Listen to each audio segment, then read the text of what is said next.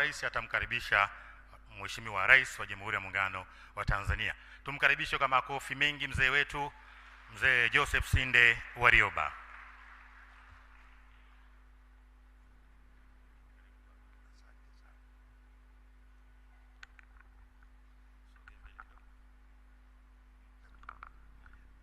Mheshimiwa Rais,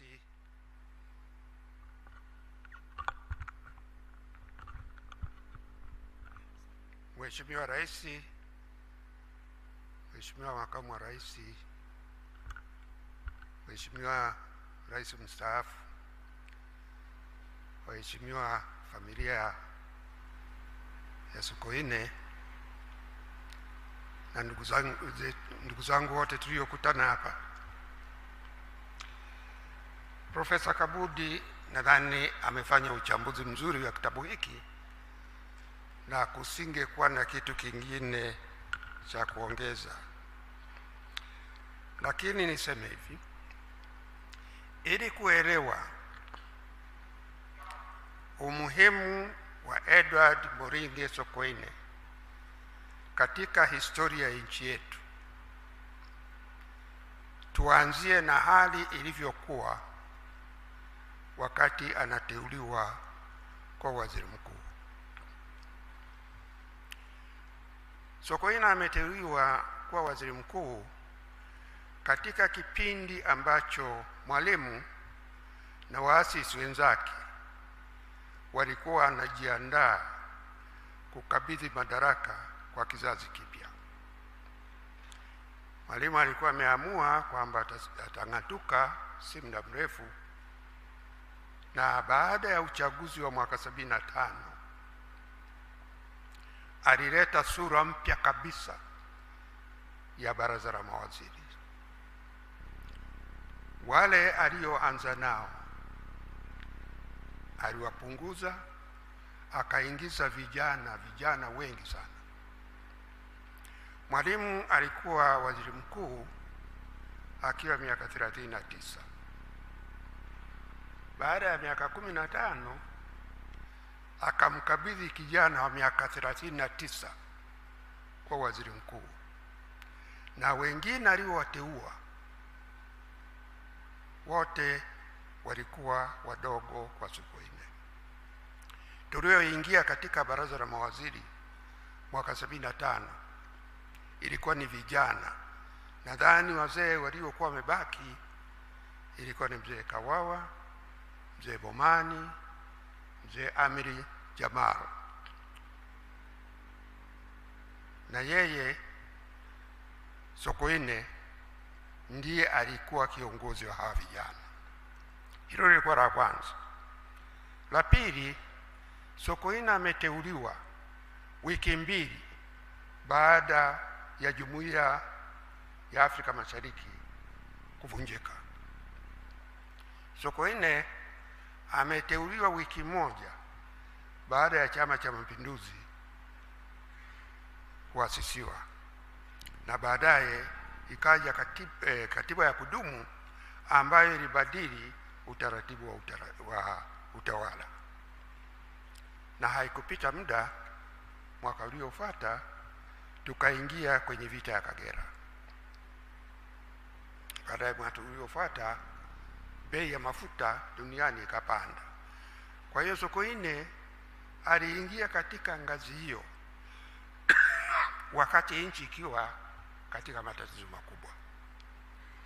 Na baraza lile, kwa kuwa nasema lilikuwa la vijana, sisi tulimuona, kwa sababu ilikuwa anasimamia utendaji, ilikuwa rahisi kwenda kwa Sokoine kuliko kwenda kwa Mwalimu. Kwa hiyo alikuwa wana hiyo. Sasa uongozi wake ulikuwa ni uongozi jumuishi. Sokoine alikuwa anafuatia kwa karibu sana utendaji wa serikali. Alikuwa anauliza maswali mengi sana kuhusu utendaji, lakini na yeye alikubali au anaulizwa maswali mengi, kwa sababu alikuwa ni kijana mwenzetu, tulikuwa tumezoeana. Hata alipokuwa waziri mkuu tuliendelea kuwa na uhusiano ule ule. na tulikuwa na wakati tunakuwa na mjadala, anatu challenge na sisi tunamchallenge, wakati mwingine tunatofautiana. Mimi nilikuwa nafanya kazi karibu sana na Sokoine kwa sababu tulikuwa watani, tulizoeana mapema, tukawa watani kwa sababu yeye alikuwa Masai, mimi Mwikizo natoka Mara, na Wamasai na makabila ya Mara walikuwa ni hasimu kwa sababu ya wizi wa mifugo. Sasa tulipokutana tulikuwa tunataniana juu hadi ilivyokuwa, na hata alipokuwa waziri mkuu tuliendelea kuwa tunataniana. Sasa katika masuala mengi, wakati mwingine kulikuwa na mjadala na anakubali, anasikiliza, na hata mkitofautiana, mkija kumaliza tofauti zile, mnaendelea kazi kama kawaida. Nitawapa mfano mmoja. Hapa imezungumzwa sifa moja wapo na ambayo wengi wanajua, alikuwa anachukia sana rushwa. Alikuwa anachukia sana ufisadi. Na aliporudi mara ya pili kuwa waziri mkuu, cha kwanza kabisa ilikuwa ni kuwa na sheria ya kupambana na ufisadi. Kwa hiyo ikaandaliwa sheria, na sheria ile ilikuwa kali sana. Kwanza ilisema kesi za uhujumu uchumi zisiende katika mahakama za kawaida, kuwe na mahakama maalum.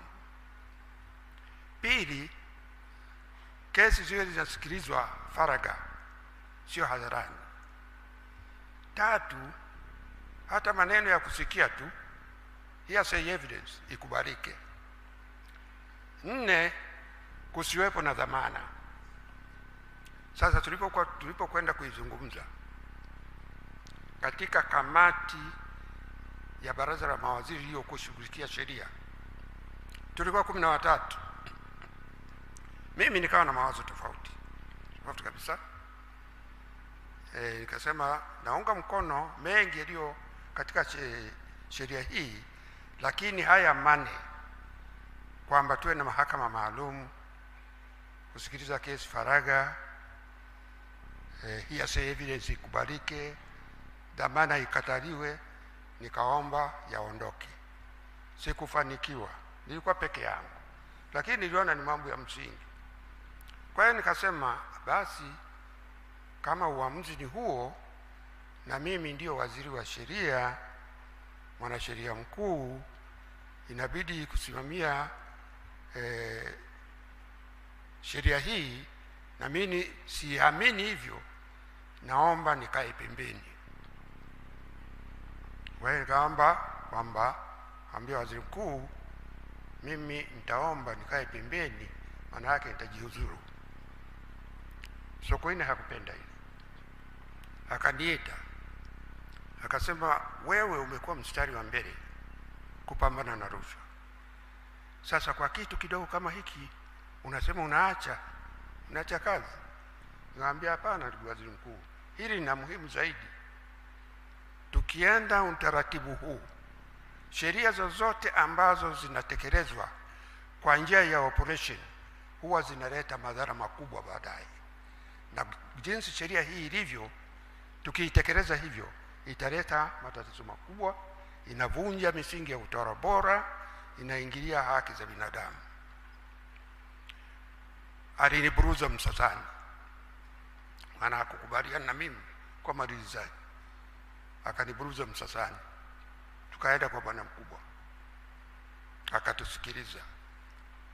Bwana mkubwa akaamua nusu, akasema nendeni mkaondoe hiyo ya kesi kusikilizwa faragha, muondoe hearsay evidence, lakini utaratibu maalumu ubaki na dhamana isiruhusiwe. Na akasema hakuna mtu kuresign hapa. Kwa hiyo tukatoka pale tukaenda ofisini kwake, akanipa maelekezo. Umesikia rais alivyosema, na ofisi yako ndiyo inatayarisha haya mambo. Nenda mrekebishe kesho niletee, iwe tayari tuendelee na utaratibu. Tulifanya hivyo. Sheria ikapita mwezi April 83, ikaanza. Rais alisaini haraka sana, ikaanza kutumika. Yale niliyokuwa nimeogopa yakatokea, kwa sababu utekelezaji wake ulikuwa na vurugu kubwa sana. Watu walikamatwa kwa utaratibu mbaya, mali za watu zilichukuliwa, malalamiko ya wananchi yakawa mengi sana. Kuna wazee, kundi la wazee kutoka Mwanza wakaja Dar es Salaam kumuona Mwalimu. Mmoja wao alikuwa amekamatwa, na huyo aliyekamatwa alipata kuwa mwenyekiti wa 5 kanda ya Ziwa. Wakaja wakamwambia Mwalimu, wakasema, Mwalimu, wewe unajua huyu umefanya naye kazi, unajua sio fisadi, lakini wamemkamata. Sisi tunaomba, tunajua sio fisadi, akienda mahakamani watahakikisha sio fisadi, tunaomba apewe dhamana. Mwalimu akakubali. Kwa hiyo akachukua minute sheet akaandika kwa wino mwekundu, akaambia PM fulani apewe dhamana. Ikafika kwa PM akaandika minute ya pili, AG tekeleza, na ilikuwa ina move kwa dispatch. Ikafika kwangu, nikamwandikia Sokoine kwamba PM, haiwezekani, sheria inakataa. Alipiga simu yeye mwenyewe kuniita ofisini kwake. Nilipoingia, hata kabla ya salamu, akaniuliza, akasema, Joseph, wewe ni mtu wa aina gani? Rais anatoa amri unasema utekeleze. Basi na mimi kwa tulikuwa tunatania, nikacheka tu. Nikasema, suri ni buruza ukanipeleka Msasani? Na ulisikia mkuu amesema nini? Kwamba dhamana isitolewe. Na wakati wote anatuambia msivunje sheria, hata ikiwa mbaya msivunje, mnaweza kuibadili. Sasa unasema nitekeleze, si maagizo yake? Alielewa, akasema, sasa hatuwezi kurudi kumwambia kwamba haiwezekani. Sasa tuchukulie hii ni maagizo, tubadili sheria. Rudi ukafanye mabadiliko ili turuhusu dhamana. Tulifanya, na ilikwenda kwenye bunge mwezi Juni. Sheria imetungwa April, imeanza kutekelezwa Mei, mwezi Juni inakwenda kubadilika. Lakini na hata katika kitabu hiki mnataja juhudi zake za kupambana na ufisadi. Na kama Profesa Kabudi alivyoni quote kwenye kitabu kile, kweli Sokoine alikuwa anachukia sana ufisadi. Lakini ile operation ya sheria ile ilimsikitisha sana Sokoine. Sokoine ilitekelezwa vibaya, haikuweza kupata manufaa. Ni moja wapo ambayo alikasirika sana, na alikasirika kwa sababu wale viongozi ambao walikuwa anawategemea na ndio walikuwa wamemuunga mkono, ilipokuwa mambo yamekuwa vibaya wakaanza kujitenga, wakaanza kusema sio sisi, ni polisi, ni usalama, ni maagizo ya waziri mkuu. Ilimuudhi, hakuridhika. Na mimi naamini kwa sababu tulikuwa tunafanya kazi pamoja, angeendelea, alikuwa anajiandaa upya kupambana na ufisadi. Huyo ndiye alikuwa Sokoine. Lakini Sokoine, kama alivyochambua Profesa Kabudi, alikuwa anathamini sana mambo fulani ya kimila. Alilelewa kwa njia fulani na akawa na imani hiyo. Moja ilikuwa juu ya uongozi. Sokoine, kuna wakati ndani ya CCM tulianza kutengeneza kanuni za uchaguzi, na wakati ule tulikuwa tunajua Mwalimu atatoka. Huko Juma ilikuwa hatuna kanuni za kumpata mgombea urais, kwa sababu wakati wote tulikuwa tunajua Mwalimu yupo. Sasa anatoka tutengeneze kanuni. Ndio akasema tutengeneze kama wagombea wengine, wajitokeze watu, wajaze fomu, wapimwe. Sokoine alikuwa na mawazo mengine kabisa. Kwenye National Executive aliuliza tu, hivi tuko hapa viongozi wa kitaifa, hatuwafahamu viongozi wetu mpaka tuwatafute kwa karatasi? Akasema ukianza kuwatafuta kwa karatasi anaweza kutokea mlagai tu akaweza kuchaguliwa kwa rais. Sasa tunafahamiana hapa, tunajua sisi hapa nani, kama mmoja akitoka nani anatuongoza. National Executive haikumkubalia, lakini maneno aliyosema, ule uteuzi wa kwanza Mwalimu anatoka, walizingatia maneno ya Sokoine, wakasema tunao viongozi, anatoka Mwalimu ama atakuwa makamu, katibu mkuu ama waziri mkuu, tusiwatafute kwa makaratasi. Alikuwa anaamini hivyo. Sokoine alikuwa anajifunza hata kwa watu wa kawaida, alikuwa anaishi maisha ya kawaida kabisa. Kuna wakati mmoja aliniomba niende naye Monduli, tulikuwa na mkutano wa Jumuiya ya Afrika Mashariki Arusha. Baada ya mkutano ule ilibidi amsindikize Moi kwa barabara mpaka Namanga. Akasema nifuatane naye, baadaye kaje kuchukua helikopta, akataka niende nione nyumbani kwake.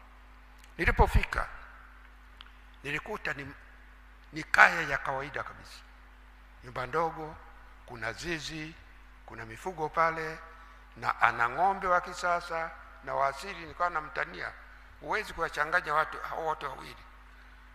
Ng'ombe wa kisasa hawezi kuvumilia topi ya kwenye zizi.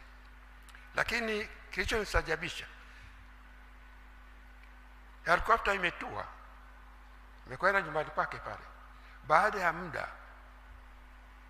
wananchi wakawa wamejaa pale, wamekuja wazee wa Kimasai na fimbo. Nikaanza kuogopa, akija kusema natoka Mara hao wanaweza kunichapa hawa.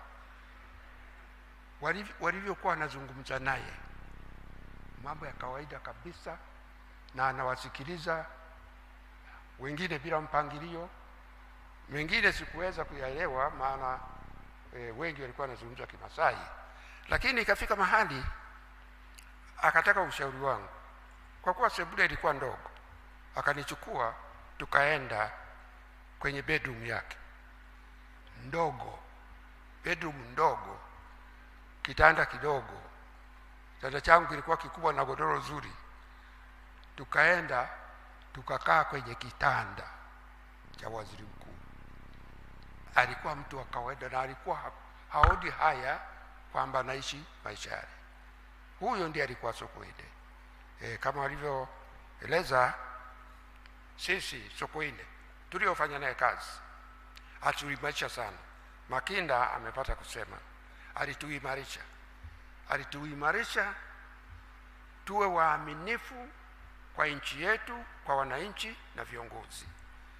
Alituimarisha tuwe waadilifu, alituimarisha tuwe na nidhamu, na wakati wote kwa Sokoine focus ilikuwa manufaa kwa wananchi. Sasa kitabu hiki mimi nafikiri hayo yaliyomo nimekipitia kidogo, yatasaidia hasa viongozi vijana siku hizi kuona jinsi Sokoine na hasa alivyosimamia utendaji wa serikali. Kitakuwa ni msaada mkubwa hasa kwa uongozi wa nchi. Baada ya kusema hayo, ndugu Rais, nashukuru nimepata nafasi hii. Asante. Tuongeze makofi mengi kwa mzee wetu Mheshimiwa Joseph Sinde Warioba, Waziri Mkuu na makamu wa kwanza wa Rais mstaafu. Na bila kupoteza muda, naomba nimkaribishe makamu wa Rais wa Jamhuri ya Muungano wa Tanzania